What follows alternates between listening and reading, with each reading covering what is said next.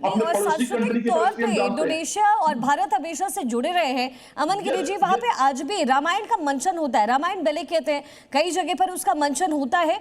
वो सांस्कृतिक विरासत को कैसे जोड़ता है? और प्रभु श्री राम जो भगवान हैं वो वहां की एक तरीके से उस नायक के तौर पर जाने जाते हैं जो सांस्कृतिक तौर पर दोनों देशों को जोड़ता है। इंडोनेशिया की ये धरती आज भी राम को भूली नहीं, राम को अपना मानती है, राम को अपने परम आदरणीय पूर्वजों में से एक पूर्वज मानती है। चाहे उन्होंने इस्लाम पंथ को माना, इस्लाम पंथ को मानते हुए भी उन्होंने राम को नहीं भूला।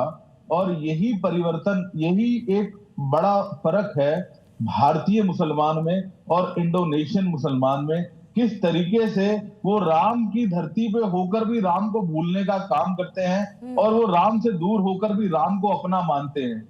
और जो राम को मानेगा उसमें जिस प्रकार के सकारात्मक परिवर्तन आएंगे, ये इंडोनेशिया में देख सकते हैं और पाकिस्तान में देख सकते हैं। हाँ। त्रिपाठी सर, प्रधानमंत्री मोदी वहां पर मंदिर में पहुंचे, इसका संदेश क्या जाता है?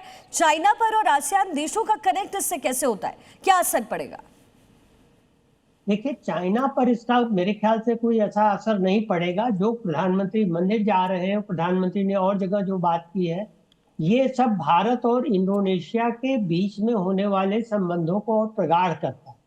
चीन पर मेरे ख्याल से इसका कोई असर नहीं पड़ेगा। हालांकि चीन कोशिश कर रहा है, अब पूरी तरह से कोशिश कर रहा है कि वो इंडोनेशिया को अपने पाले में ले ले, लेकिन चीन के इंडोनेशिया के साथ पुराने नहीं है उतने संबंध जितने हमारे साथ। और दूसरी चीज देखिए, ये है कि इंडोनेशिया में हमने अभी एक बंदरगाह बनाने का हमने समझौता किया है, जो कि जिस पे है वो सिर्फ 100 मील दूर है इंदिरा पॉइंट से, जो हमारे अंडमान निकोबार का सुदूर दक्षिणी द्वीप है। तो वो हमारे लिए स्ट्रेटेजिकली भी बड़ा इंपॉर्टेंट हो जाता है। इसलिए हमें ये देखना होगा, हमें चीन की या किसी और दूसरे देश की चिंता किए बिना, कि हम अपने हम इंडोनेशिया के साथ 1 to 1 किस तरह से संबंध और बढ़ाते हैं, खास तौर से इस परिप्रेक्ष्य में जब हमारे पास ऐतिहासिक और सांस्कृतिक धरोहर के तौर पे हमारे संबंध हैं। जी, मैं लौटता हूं त्रिपाठी सर आपके पास।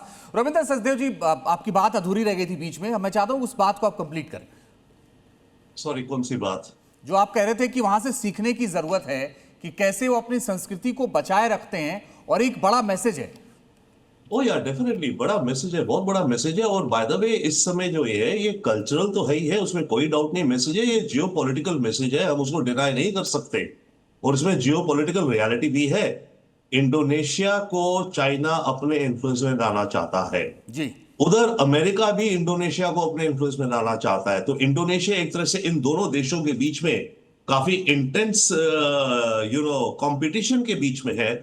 और इंडोनेशिया ने पिछले साल अमेरिका के साथ एक मेजर डिफेंस पार्टनरशिप करी है।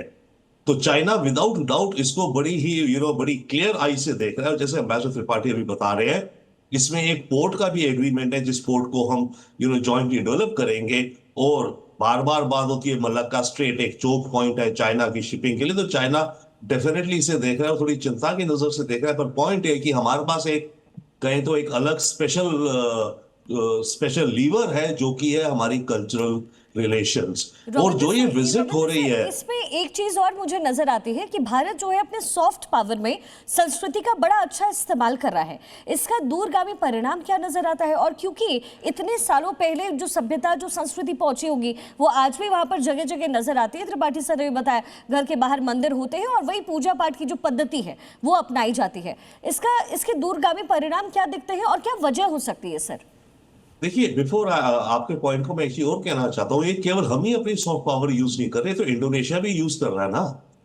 इंडोनेशिया भी तो ये लीवरेज बना रहा है इंडिया के साथ कि देखो हमारे यहाँ इतनी अच्छी हिंदू सभ्यता, इतने पुराने विरासत है, तो इसके चलते हमारे और आपके रिश्ते अच्छे होने चाहिए। तो ये जो सॉफ्ट पावर और कल्चरल डिप्लोमेसी और रिलीजियस डिप्लोमेसी कुछ हद तक हम गए, ये जो चल रही है, ये हम तो इनिशिएट कर रहे हैं, पर इसकी कंप्लीशन तभी होती है जब इंडोनेशिया खुद भी आगे कदम उठाकर हमारे साथ वैसे रिश्ते बनाना चाहे। So that is one. दूरगामी जहां तक बात है, यूर एब्सोल्युटली राइट, दूरगामी है कि जितने स्ट्रॉन्गर ये रिश्ते होंगे, उतने स्ट्रॉन्गर हम दोनों देशों के बीच में दूसरे रिश्ते भी होंगे। बेटर अंडरस्टैंडिंग होगी, डेवलपमेंट प्रोजेक्ट्स की अंडरस्टैंडिंग होगी। एंड आई थिंक जैसे प्राइम मिनिस्टर मोदी ने कहा था, हमारा ऑब्जेक्टिव है प्रॉस्पेरिटी को बढ़ाना, ना कि एक्सपेंशन को बढ़ाना। जी ठीक है सर, मैं लौटता हूँ आपके पास। आचार्य राज मिश्रा जी, एक बड़ी बात यह है कि जब भी प्रधानमंत्री ऐसे दौरे पर होते हैं तो कोशिश होती है कि सभी जगहों पर जाएं जहां से एक मैसेज भी जाए और कूटनीतिक दृष्टि से भी वो बेहतर हो।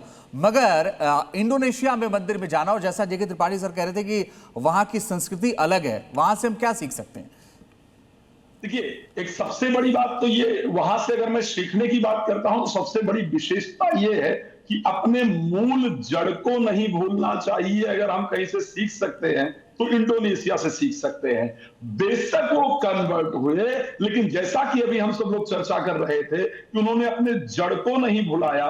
जो एक्चुअल सनातन धर्म है, जो एक्चुअल उनकी मूल संस्कृति है, उसका आज तक पालन करते जा रहे हैं। लेकिन दूसरी बात क्या है, क्योंकि प्रधानमंत्री जब भी कहीं जाते हैं तो हर एक जगह को विजिट करते हैं। श्री रामचरितमानस में गोस्वामी तुलसीदास जी ने एक चौपाई कहा था कि मुखिया मुख सो चाहिए, खान पान कहूं एक, और पालई पोसई सकल अन्न तुलसी सहित विवेक।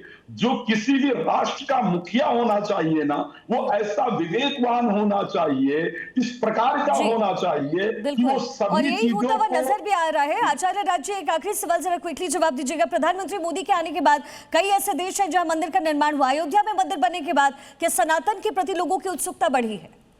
देखिए, सनातन ही एक धर्म है जो कहता है सर्वे भवन्तु सुखिनः सर्वे सन्तु निरामया सर्वे भद्राणि पश्यन्तु मा कश्चित् दुःखं भाग्भवेत्। अगर विश्व के अंदर शांति लाना है, प्रधानमंत्री जी बार बार कहते हैं हम विस्तारवाद पर भरोसा नहीं करते, हम विकासवाद पर भरोसा करते हैं। तो सर्वे भवन्तु सुखिनः का जो मंत्र है वो सिर्फ भारत से हो सकता है, और ये आदरणीय प्रधानमंत्री जी ने हर कंट्री के अंदर जाकर के बताया है। चलिए, बहुत बहुत शुक्रिया आप सभी का हमारे साथ जुड़ने के लिए। तो प्रधानमंत्री मोदी का इंडोनेशिया का दौरा और सबसे बड़े मंदिर में आज प्रधानमंत्री मोदी प्रवेश करने जा रहे हैं।